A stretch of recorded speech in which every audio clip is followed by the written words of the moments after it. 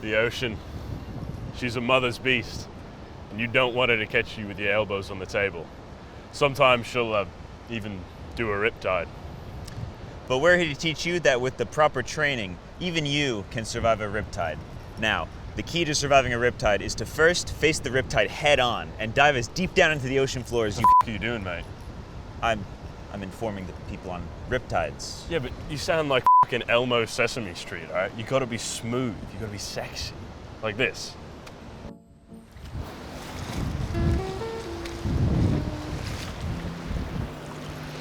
We meet again.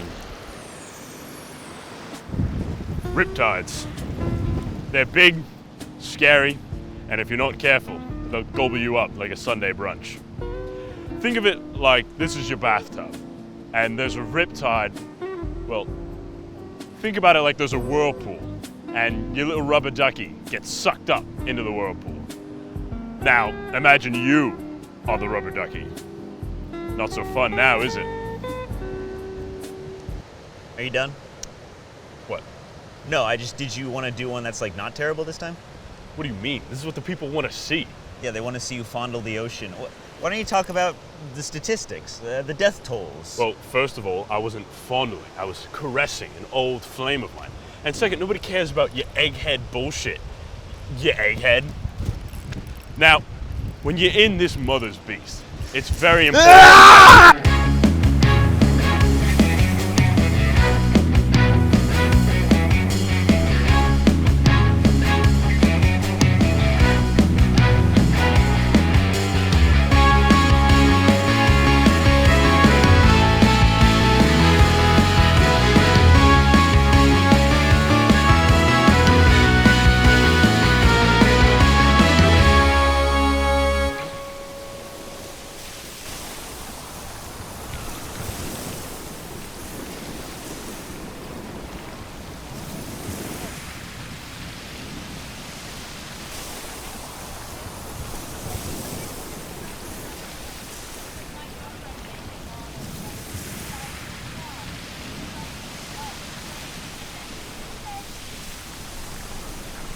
My name's Clay. I'm from Melbourne, Australia.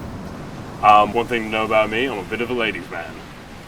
But I actually came here through a study abroad program. But, you know, a bit of a language barrier. I thought I was here to study abroad.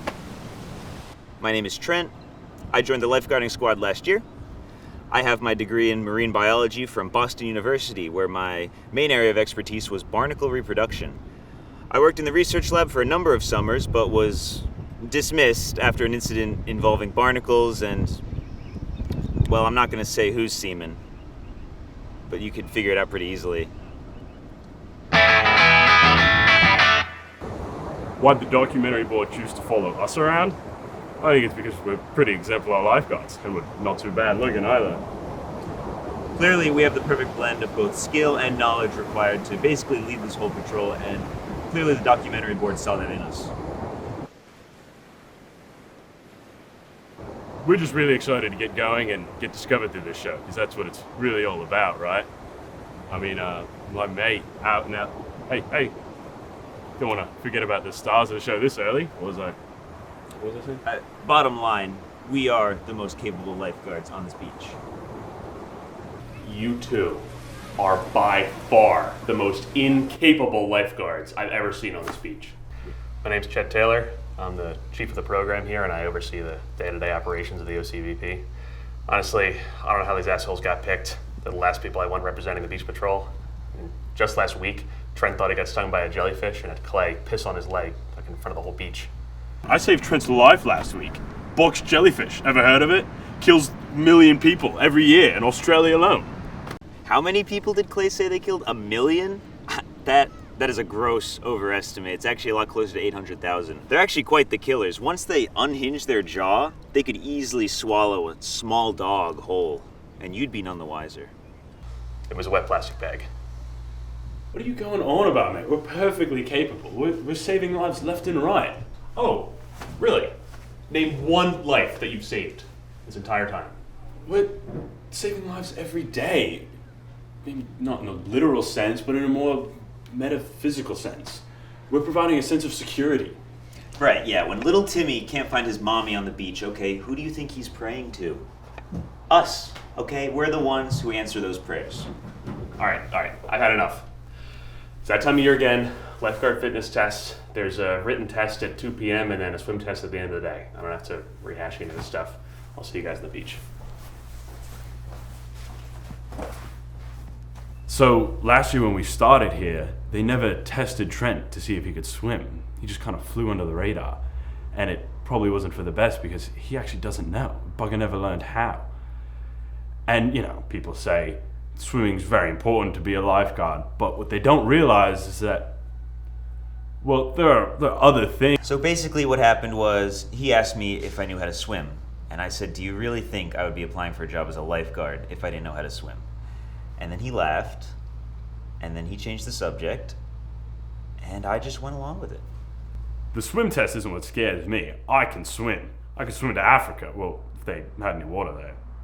But it's the written test that scares me. I'm not much of a brainy type, and they've got all these gotcha questions just meant to trick you. Like, how many oceans are there? Like, there's just one, it's right there. It's called the ocean, not oceans. Is there 11? So basically, we worked out a little deal. I help Clay with the bookwork, and he teaches me how to swim.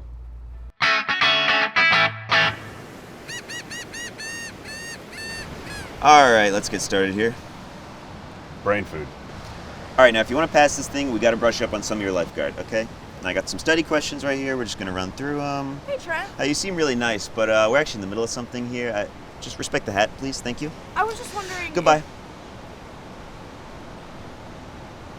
Okay, sorry. All right, where were we? Okay, yeah, we'll start with an easy one. What are 3 factors that affect body temperature?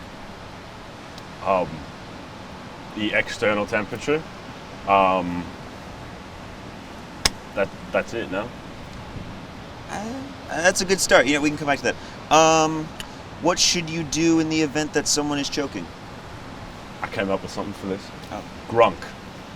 Get ready, unless not known, you know, whether or not they're choking.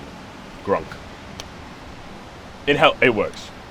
Honestly, yeah, that covers most of it. Okay, cool. Here we go. What is the first step in the cardiac chain of survival? Denial. No. Acceptance. It says access to emergency medical services. That's all right. We'll come back to that. Okay, here we go. What is the first thing you should do when arriving on the scene of an emergency? Wait for the paramedics to arrive. No, we would be the paramedics. It says to size up the scene. Yeah, no, you got it. That's it. Yeah, honestly, I think you're ready. We can just skip the rest of these. Yeah. I'm just gonna throw this out. You weren't gonna eat that crust this whole time? What?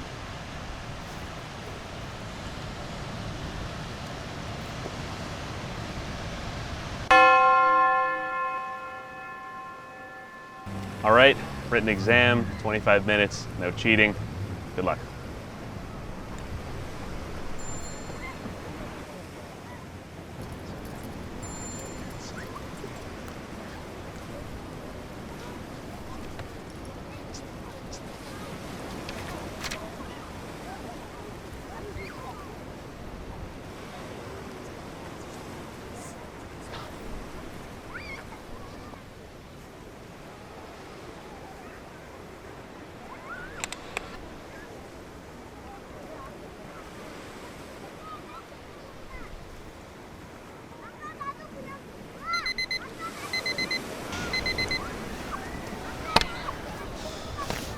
All right, well, that wasn't too bad. You gotta teach me how to swim fast. Right, we're running out of time, so I'm gonna just cut right to the chase. If you hear nothing else, you gotta hear this. All right, so time for the swim test. Right? Thank you. You're the boss. Remember your training. What I didn't...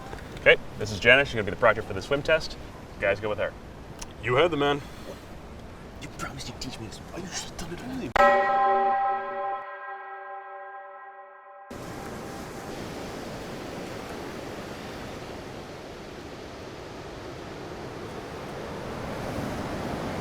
very good, but being nude wasn't necessary. Yes, it was.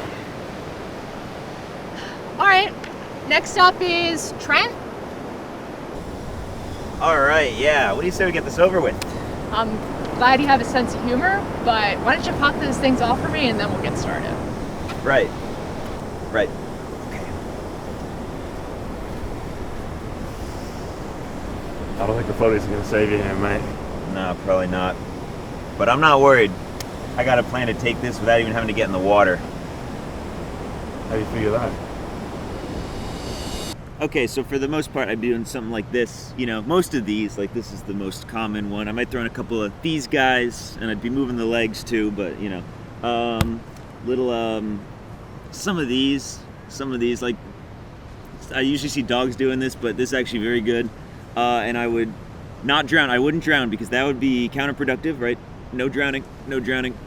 So normally I'd be on my back for this one, but I figure it's just easier. I don't want to waste your time. This one, this is the bread and butter, I would say. Oh, there's a guy, there's a life. Oh, saved it. All right, keep going. And then eventually they'd be safe. That was great, but you want to try it in the water now? I mean, did you see I was doing the whole stroke. No, yeah, I saw it. But the thing that makes a swimming test is that you actually have to go in the water and swim. Okay. Yeah.